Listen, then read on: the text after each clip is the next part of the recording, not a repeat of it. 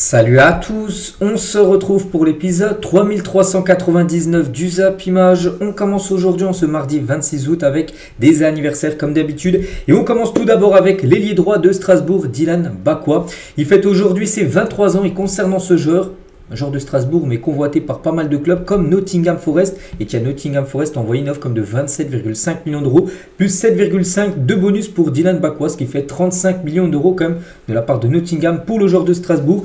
Donc Nottingham on a proposé cette somme, donc les négociations sont en cours, mais on a appris là ces dernières heures en gros que Strasbourg a refusé quand même cette offre, et c'est quand même la troisième offre que Strasbourg refuse pour son joueur Dylan Bakwa qui fête aujourd'hui, comme j'ai dit, son anniversaire. Donc on a un joueur énormément convoité, donc il devrait rester du côté de Strasbourg. Donc voilà, on a commencé aujourd'hui avec le mercato parce que c'est son anniv, puis j'ai voulu commencer avec lui. On continue, on va parler maintenant de ce qui s'est passé hier soir, bien sûr, niveau résultat, et on commence tout d'abord en première ligue, Newcastle-Liverpool, un match où il y a eu 5 buts dans la rencontre, et une fin de match totalement folle, et c'est Liverpool qui s'est imposé 3-2 contre Newcastle. Donc déjà à noter que Newcastle a joué toute la deuxième mi-temps à 10 contre 11 parce que Gordon a pris carte rouge. Donc du coup, ils ont quand même réussi à marquer quand même 2 buts. Ils ont même égalisé à la 88e minute de jeu. On s'est dit, bon là, Newcastle va quand même prendre un point à domicile contre Liverpool à 10 contre 11. Donc c'est un très bon point. Non, les gars, parce que Nguma, donc un tout jeune joueur de l'équipe de Liverpool, et ben, il a marqué à la 90e plus 10 minutes de temps additionnel. Et du coup, victoire des restes 3-2 lors de cette rencontre, comme j'ai dit. Totalement folle. Donc voici les statistiques de la partie. Donc l'équipe de Liverpool a très peu de tirs, seulement 5 tirs dans le match, mais 4 tirs cadrés, 3 buts. Voilà, ultra efficace.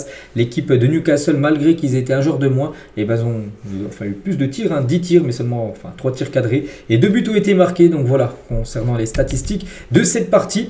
Et concernant le tout jeune joueur Ngumoa, parce que vous le connaissez, quand je parle, je le connaissais pas. Je le connais maintenant, bien sûr, parce qu'il a marqué. Et c'était surtout son premier match en première ligue. Il rentre déjà à la 96e minute de jeu. Voilà, c'était une fin de match, qu'il a un petit peu de temps de jeu, voilà, 3-4 minutes.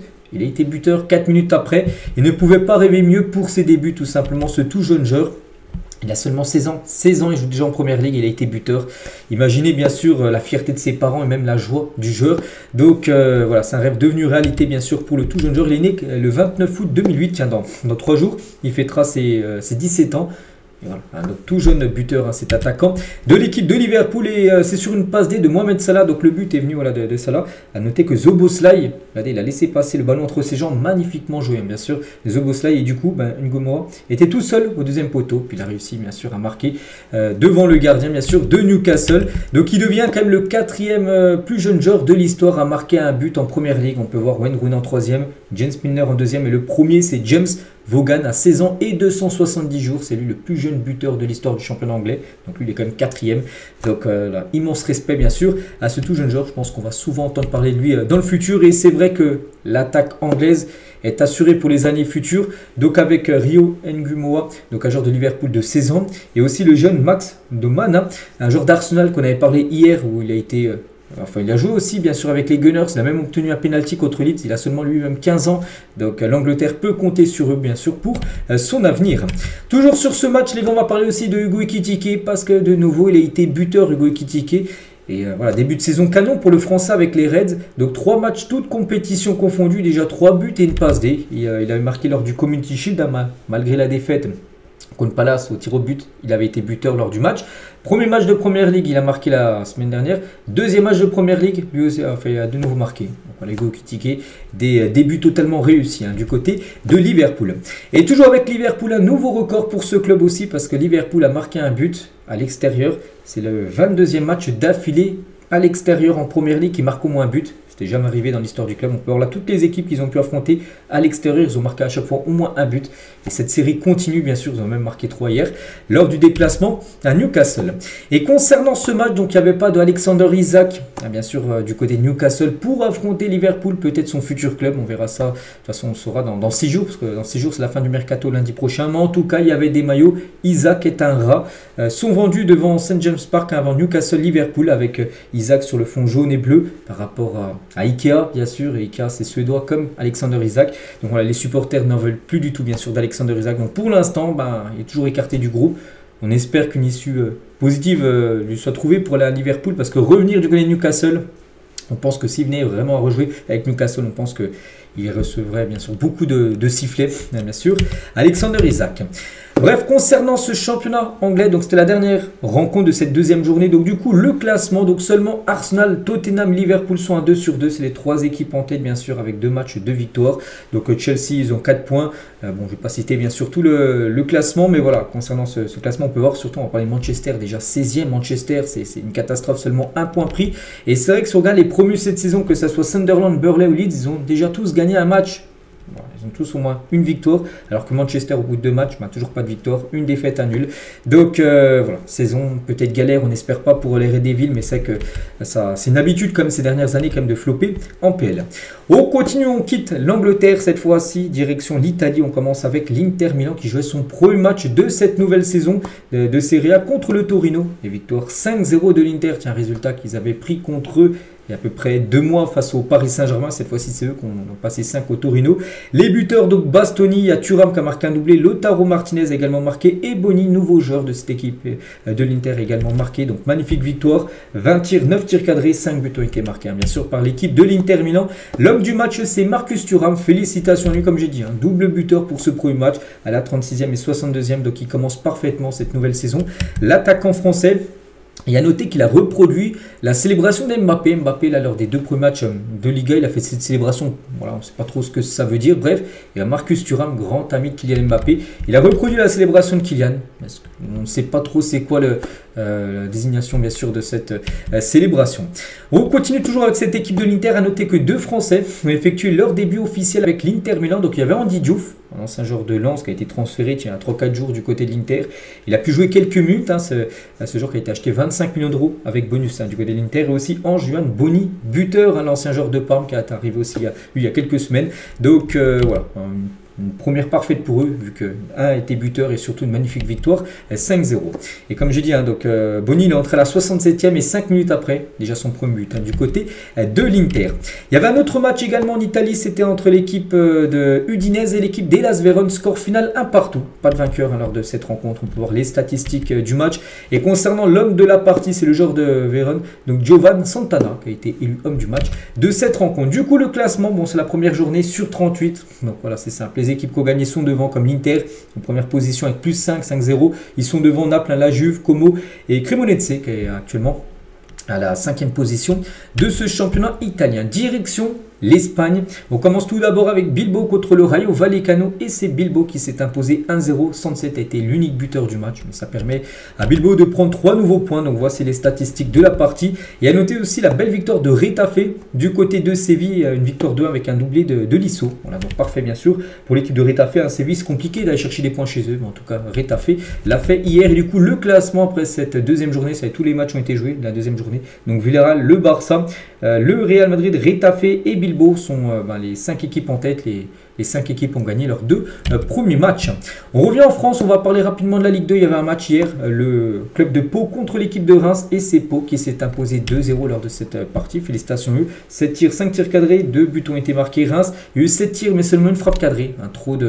Trop de manque de réalisme, bien sûr, devant les buts pour cette équipe de Reims. Et concernant Pau, qui s'est imposé, Pau est actuellement 2e de cette Ligue 2, donc Saint-Etienne actuellement en tête, mais il y a quelques équipes qui sont à 7 points, donc Pau 2e, après il y a Nancy et 3 également, qui ont 7 points en ce début de saison. C'est la 3e journée du côté de la Ligue 2. Au programme aujourd'hui, donc là on a fait le tour de ce qui s'est passé hier. Au programme aujourd'hui, Ligue des Champions, barrage retour, donc voici toutes les rencontres, donc tous les matchs ne joueront pas en même temps. Il y a 3 rencontres ce soir et les autres rencontres se joueront demain, mais voilà, parce que le tirage au sort c'est après-demain, bien sûr, le 28 pour savoir les matchs de poule. Donc concernant les matchs, bien sûr, donc demain il y a un gros match, Benfica-Fenerbahçe. Pour moi c'est la plus belle affiche. Il y a eu 0-0 match aller, donc là ça sera Benfica, ce match retour. On verra qui se qualifiera bien sûr pour la suite de la LDC. À noter que les équipes qui seront éliminées seront reversées bien sûr en Europa League. On continue, on va parler cette fois-ci de la sélection brésilienne. Ça y est, Ancelotti vient de dévoiler sa liste pour la trêve du mois de septembre. À noter que Lucas Paqueta déjà est de retour, mais pas de Beraldo, ni de Gerson, ni de Anthony, ni de Vini Junior, ni Rodrigo, ni Neymar. Neymar pourtant il était proche du retour. Normalement, de base, il était dans la pré-liste. Hein. Une liste qui est toujours dévoilée à peu près 2 semaines avant des joueurs qui sont susceptibles d'être dans la liste définitive. Mais du coup, il s'est blessé lors de l'entraînement il y a quelques jours. Et du coup, il est forfait Neymar. Il n'a plus joué comme depuis octobre 2023. Hein, dans 2 mois, les gars, ça fera 2 ans qu'il n'a pas joué avec la sélection brésilienne. Donc, ça ne sera pas pour ce rassemblement-là. Peut-être pour celui d'octobre, hein, pour Neymar. Donc, concernant Rodrigo, même Vini, ils ont été laissés au repos. Voilà, ils n'ont pas été appelés par Carlo Ancelotti. Du coup, qui va essayer d'autres joueurs. Comme tiens, cet attaquant Caio Jorge. Qui est ce joueur? Eh ben, c'est un joueur, les gars, qui a appelé déjà pour la première fois avec la sélection brésilienne. Donc l'ancien joueur de la Juventus est le meilleur buteur actuellement de la D1 brésilienne avec Cruzeiro. Il a marqué 15 buts. Donc, voilà, il a été appelé bien sûr pour jouer avec la sélection brésilienne. Et concernant les milieux de terrain, on peut voir des Bruno Guimaraes, André Santos, hein, Casemiro, Lucas Paqueta et Joelinton. Et concernant Joelinton, eh ben Joelinton est sorti en larmes hier face à Liverpool. Hein. Il y a Newcastle-Liverpool. Le Brésilien s'est blessé et ça semble sérieux. Hein. Pour rappel, il a été appelé par Ancelotti. Donc voilà, sorti sur blessure hier, donc peut-être il sera forfait, on en saura beaucoup plus là dans la journée. On continue avec un autre Brésilien, c'est Rodrigo. Regardez, il fait la une aujourd'hui du journal AS en ce mardi 26 août. Et voilà, Rodrigo Sequeda. Donc Sequeda maintenant depuis que Neymar, souvenez-vous à l'époque, hein, c'était marqué Neymar, Sequeda, Neymar il reste. On se souvient, les journaux à l'époque, bon, il n'était pas resté, il était quand même venu au PSG en 2017. Donc là, le même mot Sequeda, donc pour les journalistes, enfin pour les journalistes du journal AS, Rodrigo devrait rester du côté du Real Madrid. Bon, on verra les gars, il reste encore 6 jours de mercato, tout peut arriver. Surtout que Rodrigo, qui a commencé titulaire lors du match avant-hier contre l'équipe, c'est contre qui ils ont joué au Real Oviedo, ils ont gagné 3-0. Et ben il était très énervé, il a commencé titulaire, mais il est sorti à la 63e. Hein, va te faire, bon je vais pas dire après, vous savez ce que c'est. Pendant tout le match ça a été comme ça, il a fait que d'insultes, on ne sait pas c'était pour qui. Voilà, donc quand il est sorti là déjà, il a tapé un gros coup avec son maillot sur la pelouse juste en face de lui. Donc voilà, parce que peut-être qu'il avait envie de jouer le match entier tout simplement. Donc il est sorti à la 63e. Hein. Donc Rodrigo était extrêmement irrité et a lâché cette phrase peu amicale révélée par un expert en lecture labiale. Envers qui et pourquoi? Donc on ne sait pas, peut-être Xabi Alonso, le coach, en avoir remplacé. Mais c'est vrai que voilà, quand on voit le journal qui dit qu'il reste, mais quand on voit Rodrigo avant-hier très énervé après sa sortie et surtout en manque de temps de jeu le match avant, il avait joué 0 minutes. On se dit, pas sûr, hein, bien sûr qu'il reste. Et donc il y a des journalistes qui disent qu'il va rester. Et il y en a d'autres voilà, qui disent que Rodrigo a demandé à ses agents de lui trouver un nouveau club. Ça sent vraiment la fin au Real Madrid. Donc cette semaine sera décisive. De toute façon, c'est la dernière. Lundi prochain, à minuit, c'est la fin du mercato. Donc s'il part, ça sera dans les 6 prochains jours. Donc les clubs intéressés n'ont pas été très loin dans les démarches. Mais il y a toujours cette équipe de City voilà, qui avait des vues sur le joueur. En cas de départ de Savinho. Donc voilà actuellement la situation de Rodrigo.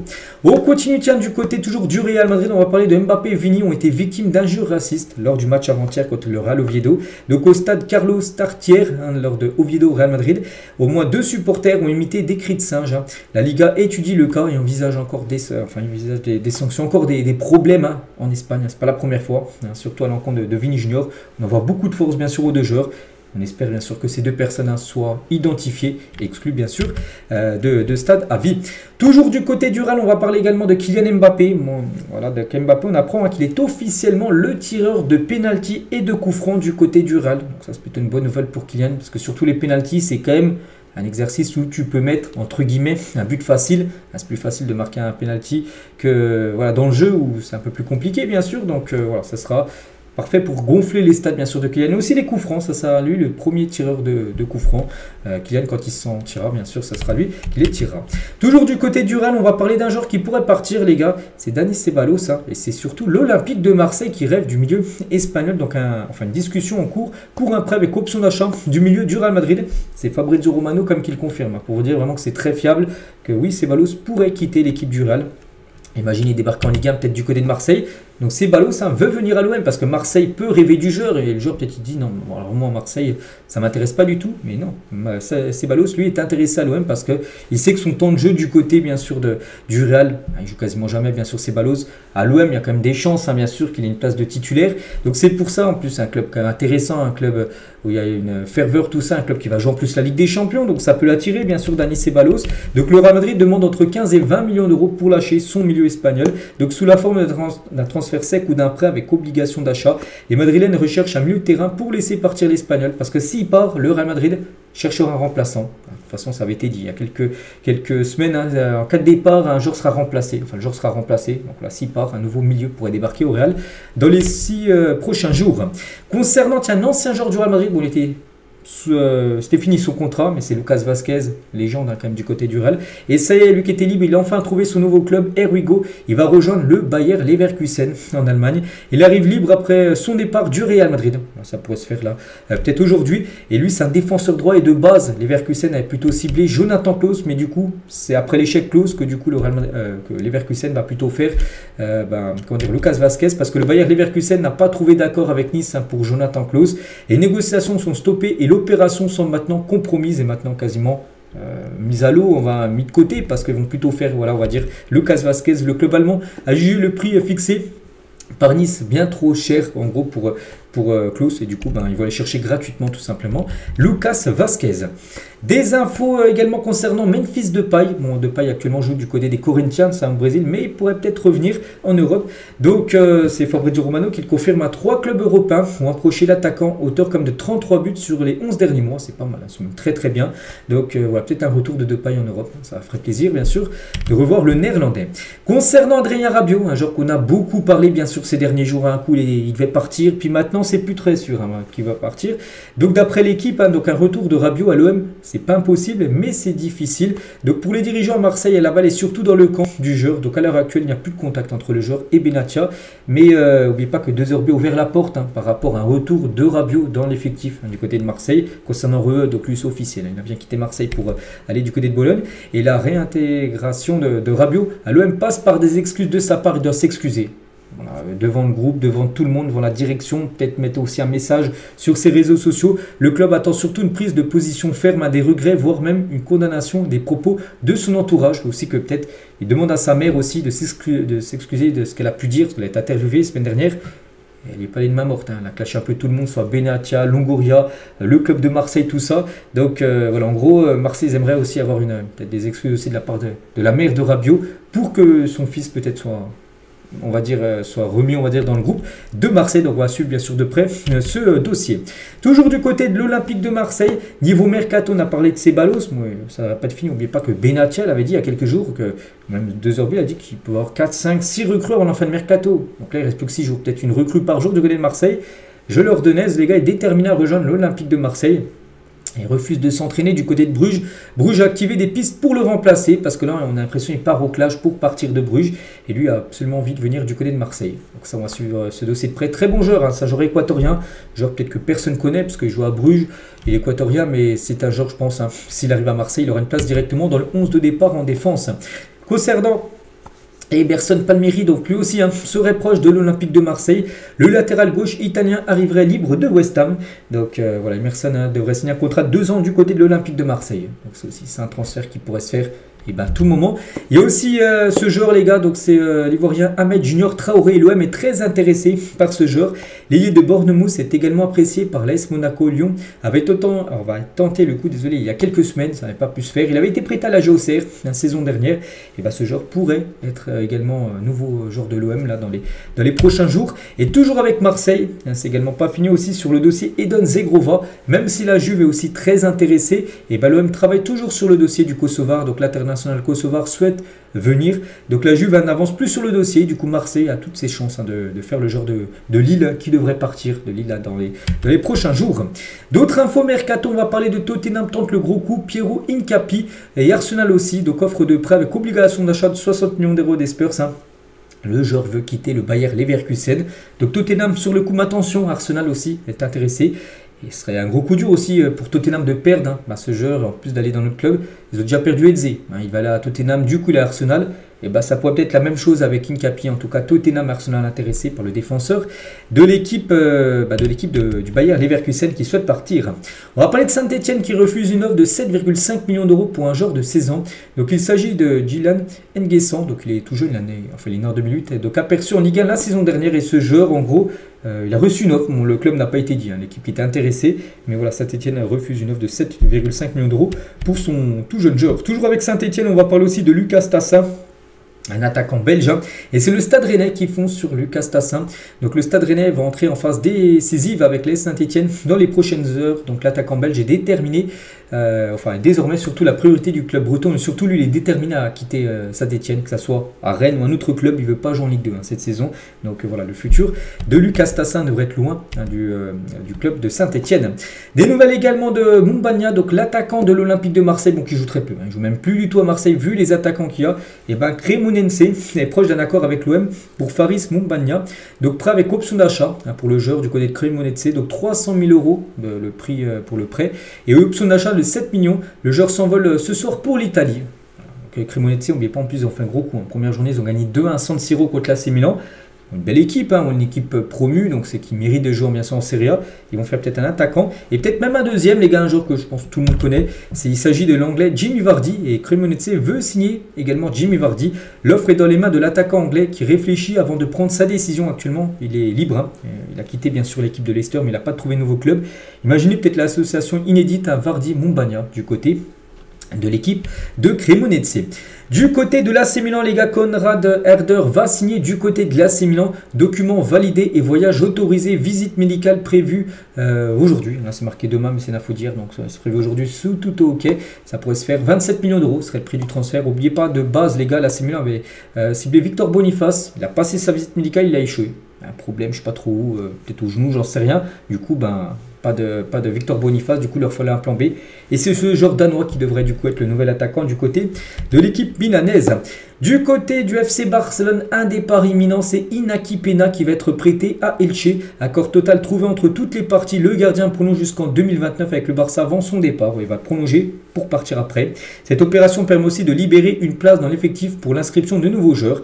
Voilà, concernant Inaki Peña, bon, un gardien qui allait très peu jouer avec l'arrivée de Juan Garcia, avec Ter Stegen aussi, le gros feuilleton qui voulait jouer. Bon, il est blessé, il y a Chesney aussi, tout ça, donc ça fait pas mal de gardiens. Donc lui va partir, il va débarquer du côté de Elche. Concernant notre gardien, également espagnol, Arnaud Tenas, donc accord entre Arnaud Tenas et Villarreal. Donc il ne reste plus que quelques détails à régler entre le PSG et l'équipe de Villarreal afin de boucler le deal. Il devrait débarquer du côté de l'Espagne, bien sûr, Arnaud Tenas. Et concernant notre gardien du PSG, Donnarumma, qu'est-ce qui se passe avec Donnarumma? On en avait beaucoup parlé il y a 3 semaines, quand il a annoncé son départ, tout ça. Donc depuis là, c'est un peu plus calme. Donc en gros, il y a toujours City, et City vient d'envoyer une première offre de 35 millions d'euros au PSG. Pour Donnarumma, ça devrait bien se faire, hein. Concernant Donnarumma, du côté de City, ce qu'il faut déjà, c'est le départ d'Ederson. Il faut déjà qu'Ederson quitte Manchester City après. On pense que dans la foulée, bien sûr, Donnarumma sera annoncé en tant que nouveau joueur, bien sûr, de Manchester. Dortmund se rapproche d'un accord avec Wolverhampton pour Fabio Silva. Donc le montant du transfert sera estimé à 25 millions d'euros concernant ce joueur qui devrait débarquer du côté du BVB. Des nouvelles également de Nicolas Jackson qui devrait bien partir de Chelsea, hein, lui aussi. On en parle quand même depuis pas mal de semaines. Donc là, on rentre dans les derniers jours de mercato, hein, comme j'ai dit, plus que 6 jours de mercato. Donc accord Nicolas Jackson, Bayern Munich. Les Bavarois négocient un prêt avec Chelsea. Il pourrait débarquer du côté du Bayern. Angelo Fulgini pourrait rejoindre Al Tawoun en Arabie Saoudite. Donc l'affaire pourrait se conclure avec un prêt, avec une option d'achat, voilà, concernant ce joueur de lance, hein, qui pourrait débarquer du côté du championnat saoudien. Du côté du Barça, ils envisagent de lever la clause libératoire de 10 millions d'euros d'Eta et Young, hein, un joueur camerounais de 21 ans. Donc l'objectif sera ensuite de prêter l'attaquant à un autre club de Liga. Levante et le Real Oviedo sont intéressés par un prêt du Camerounais. Donc c'est un joueur qui joue du côté de Villarreal, et il serait prêt tout simplement à l'acheter, le Barça, le prêter directement dans la foulée, mais ce serait un joueur pour le futur. C'est un attaquant, peut-être pour la succession de Lewandowski l'année prochaine. Donc il a seulement 21 ans, donc voilà le projet, on va dire, le plan, hein, du Barça concernant ce tout jeune joueur. Concernant le Marocain Hamza Igamane, donc il a repris les discussions avec les Rangers, hein, pour le joueur. Donc l'attaquant veut évoluer en Ligue 1. En plus, j'ai pu voir que le joueur, il y avait un match, hein, des Glasgow là ce week-end. Il a commencé remplaçant, il devait rentrer en cours de jeu. Il a dit non, je suis blessé, je ne peux pas rentrer. Alors que beaucoup de médias du côté des Glasgow disent en gros qu'il n'a pas voulu rentrer en cours de jeu pour forcer en gros son départ et pour éviter toute blessure. En gros, il n'était pas blessé, il voulait juste pas jouer parce que pour voilà, forcer son départ et débarque à Lille. Il veut rejoindre vraiment la Ligue 1. Gamane, très bon joueur, hein, on avait parlé quelques fois comme saison dernière, donc voilà, peut-être un nouveau joueur du championnat français. Concernant Wilfried Singo, il va bien rejoindre normalement le Galatasaray. Donc le défenseur central est OK avec le club turc. Donc les négociations avec l'AS Monaco sont avancées pour un transfert d'environ 30 millions d'euros que devrait récupérer l'équipe monégasque. On pense que Monaco chercherait directement son remplaçant dans la foulée. Officiel, tiens, Tyler Dibling signe à Everton. Montant du transfert 48 millions d'euros. C'est toujours des joueurs anglais, même si c'est pas non plus un hyper nom connu, bien sûr, Dibling. C'est des sommes folles quand c'est deux clubs anglais qui se vendent des joueurs de 48 millions d'euros plus une clause de revente pour Southampton. Il joue à Southampton. Donc voilà concernant ce joueur qui débarque du côté d'Everton. On continue avec Hansi Flick, le coach du FC Barcelone. Il a été élu meilleur entraîneur du monde en 2025 par le journal Bild. Donc félicitations lui, mais voilà, on se dit peut-être Luis Enrique, il aurait peut-être mérité bien sûr. Luis Enrique aussi, il a été exceptionnel, le coach du PSG. Après Bild, les gars, c'est un journal allemand quand même. Il faut prendre ça en compte. Le coach du Barça est allemand. Ça peut peut-être jouer, mais voilà, on félicite bien sûr Hansi Flick parce que c'est pas non plus un scandale au vu de la saison qu'il a pu faire du côté du Barça. Des nouvelles de Bukayo Saka, buteur, tiens, contre Leeds ce week-end, mais c'est blessé, Bukayo Saka, ça c'est un coup dur. 3-4 semaines d'absence pour Bukayo Saka, les blessures aux ischio-jambiers, c'est derrière la cuisse, ça doit être une pointe, donc c'est musculaire. Voilà, il faut au moins 3 voire 4 semaines. Donc du coup il va louper comme le gros match contre Liverpool. Là il y a Arsenal Liverpool là dans quelques jours en Première Ligue. Il sera forfait, il sera également forfait normalement avec l'Angleterre pour la trêve internationale. Toujours tiens, on va parler toujours de son équipe d'Arsenal. Tiens, on va parler de David Raya et Vicario, donc le gardien d'Arsenal, gardien de Tottenham. Les murailles de la Première Ligue, ce sont les gardiens ayant réalisé le plus grand nombre d'arrêts, 8 en ce début de saison en Angleterre. En gros, ils ont eu 8 tirs cadrés arrêtés, ils ont arrêté les 8. Donc grâce à eux, Arsenal et Tottenham n'ont toujours pas encaissé un seul but. Voilà, parce qu'actuellement, ils sont en grande forme, les deux gardiens. On va parler des Bellingham et surtout les parents de Job Bellingham ou même de Jude, parce que c'est les mêmes parents bien sûr, mais les parents de Jude et Job Bellingham ont exprimé leur colère envers Dortmund par rapport à Job Bellingham qui joue du côté de Dortmund. Donc motif le remplacement de Job face à Sampoli samedi à la mi-temps. Il a commencé titulaire, il y a eu 3-3 à la fin du match. Ils ont même pris 2 buts en plus en toute fin de match, l'équipe de Dortmund, pour causer le nul. Mais lui il a commencé titulaire, Job Bellingham il est sorti à la mi-temps. Et pour ses parents qui étaient dans le stade pour suivre leur fils, qu'est-ce qui se passe? Pourquoi Job Bellingham sort à la mi-temps? Donc ils ont même accédé au couloir du stade pourtant interdit afin de confronter le staff. Le père conseiller de Job aurait ensuite exigé une réunion avec Niko Kovac, le coach de Dortmund, pour demander pourquoi son fils il est sorti à la mi-temps. Je ne sais pas si c'est bien de faire ça. Voilà, si c'est le coach, il fait ce qu'il veut. S'il voulait sortir Job Bellingham, c'est qu'il avait des raisons. Voilà, c'est pas bien que ses parents rentrent dans ça. Imaginez s'ils font ça aussi avec Jude du côté du Real, avec Xabi Alonso. Mais voilà ce qu'ils ont pu faire. Ils ont voulu avoir des explications par rapport à la sortie, à la mi-temps bien sûr, de Job Bellingham. Olivier Giroud dit non, un retour en bleu, mais ne ferme pas totalement la porte. Donc certains commencent à me parler de l'équipe de France. N'oubliez pas qu'il a pris officiellement sa retraite internationale. Il a dit non. Comme je l'ai déjà dit, j'ai reçu un super beau hommage en mars dernier. J'ai été très touché. Pour moi, c'est fini maintenant. Ne jamais dire jamais. C'est quand il dit ça. Si c'est fini, c'est fini. Mais après, pourquoi il dit jamais dire jamais? Bon, bref. Mais je sais qu'il y a des super talents qui arrivent derrière. Des jeunes qui poussent. C'est à eux d'écrire leur histoire. J'ai fait ma part du boulot. À eux de faire le leur. Voilà ce qu'il a pu dire par rapport à cette question, bien sûr, s'il voulait revenir en bleu. On va parler des Girondins de Bordeaux. C'est que c'est une équipe un peu qu'on a oublié. C'est dommage, parce que Bordeaux, normalement, leur place, c'est en Ligue 1. Bon, ils sont en National 2 maintenant. Donc, ils réalisent un début de saison très inquiétant. Déjà, la saison dernière, leur objectif, c'était de monter. Ils ont échoué. Là, cette saison, c'est une montée en National, donc 3e division. Bon, ils commencent mal. 2 matchs à domicile, un seul point. Ils ont joué 2 matchs, un point pris. En plus, c'était 2 matchs à domicile. 12e au classement, des tensions un peu en plus avec les supporters. Parce que les supporters, et en plus, nombreux les supporters en National 2, tout ça. Et voilà, un point sur 6 possible à domicile, c'est pas possible. Donc voilà actuellement la situation des Girondins de Bordeaux. On va parler d'Antoine Dupont, donc le meilleur, je crois, rugbyman au monde. Eris Mitaneare, donc sa copine, les deux sont en couple. Ils ont assisté en tout cas à la première journée de Serie A à Como, avec le maillot de Como, bien sûr, où Como s'est imposé. Souvenez-vous, 2-0 contre la Lazio de Rome. Et toujours avec Como, on va parler du jeune Nico Paz, qui a marqué un sublime coup franc direct, voilà, en pleine lucarne contre la Lazio avant-hier. Donc il devrait revenir au Real Madrid la saison prochaine, au quart d'Aguilera. Nico Paz, Mastuantono, ça va faire beaucoup de jeunes créatifs du côté du Real, parce que le Real a une clause de rachat concernant ce joueur qui appartenait au Real il y a 2 ans. Il est parti du Real, donc c'était l'année dernière, voilà, au Real. Enfin, il est arrivé à Como. Le Real a encore 2 années où ils peuvent le faire venir. Donc là, ils ont eu cette année, encore en 2026 et 2027, par rapport à une clause de rachat. Donc l'année prochaine, ils le feront revenir, hein, le Real Madrid. Rodrigo Moura aussi, qui a tout jeune joueur, donc portugais de l'équipe de Porto. Donc il était particulièrement touché à la fin du match contre Casapia, hein, ce week-end, enfin le week-end dernier. Donc voilà, parce qu'il y a des rumeurs par rapport à un départ du jeune Rodrigo Moura, peut-être à l'Itihad. C'est vrai qu'il était très touché, hein, il était quasiment en pleurs, parce qu'il sait qu'il va partir. On ne sait pas, donc reste encore 6 jours de mercato. Même pour le mercato saoudien, ça va même encore plus loin. On verra ce qu'il va faire. Bien sûr, ce tout jeune joueur. On continue aussi avec la Ligue des Champions. On va venir avec ça aujourd'hui. Parce qu'après-demain, c'est le tirage au sort, bien sûr. Des matchs de poule, un petit rappel, un 4 pots. Et cette saison, c'est comme la saison dernière, c'est 8 équipes. Hein, c'est fini les poules de 6, ça sera 8 équipes. Donc pour, par exemple, le PSG, hein, par exemple, donc il y aura 2 équipes du point, une à domicile, une à l'extérieur. Pareil pour le pot 2, une à domicile, à l'extérieur. Donc voilà, par exemple, hein, pot 1, ben, c'est les plus grosses équipes. Pot 2, il y a quand même des grosses équipes. Hein, je pense que la plus grosse reste comme Arsenal. Surtout éviter tout ça. Donc l'Atlético, c'est aussi redoutable. Benfica, tout ça. Même le pot 3, tu as quand même du Tottenham, tu as du PSV, tu as du Sporting, tu as du Naples. Tu as Marseille qui sera dans le pot 3 et le pot 4, il y a aussi des belles équipes comme Monaco, Galatasaray, Bilbao, hein, ou même Newcastle que personne ne va affronter, Newcastle bien sûr. Donc voilà, pour le PSG, les gars, il peut avoir un tirage, bien sûr. Déjà la saison dernière, le PSG avait le tirage le plus compliqué, hein, ça a été fait d'après les probabilités, tout ça. Paris avait tiré les adversaires les plus compliqués. Et le possible tirage cauchemar, hein, qui attendrait le PSG, donc déjà ça pourrait être le Barça, Atlético Madrid, on va dire en Espagne, Arsenal, Newcastle en Angleterre, le Bayern Munich, Naples, Sporting, Galatasaray. Voilà, donc il y aurait 4 équipes à domicile, 4 à l'extérieur. Donc là, c'est seulement voilà, le plus compliqué. Donc le tirage au sort, c'est après-demain, on verra. Donc ce sera quoi? Donc il y a aussi, n'oubliez pas, les clubs français comme bien sûr Monaco et Marseille, hein, qualifiés. En Ligue des Champions, il y aura 3 équipes vu que Nice a échoué, bien sûr. Au tour préliminaire, donc 18h après-demain, le jeudi, bien sûr, le tirage au sort, on en reparlera beaucoup, bien sûr. Vendredi, donc voilà ce qu'il y a à dire aujourd'hui. J'espère que ça vous a plu. On se retrouve, nous, demain, mercredi, bien sûr, pour le prochain numéro. Je vous souhaite une très bonne journée et à demain.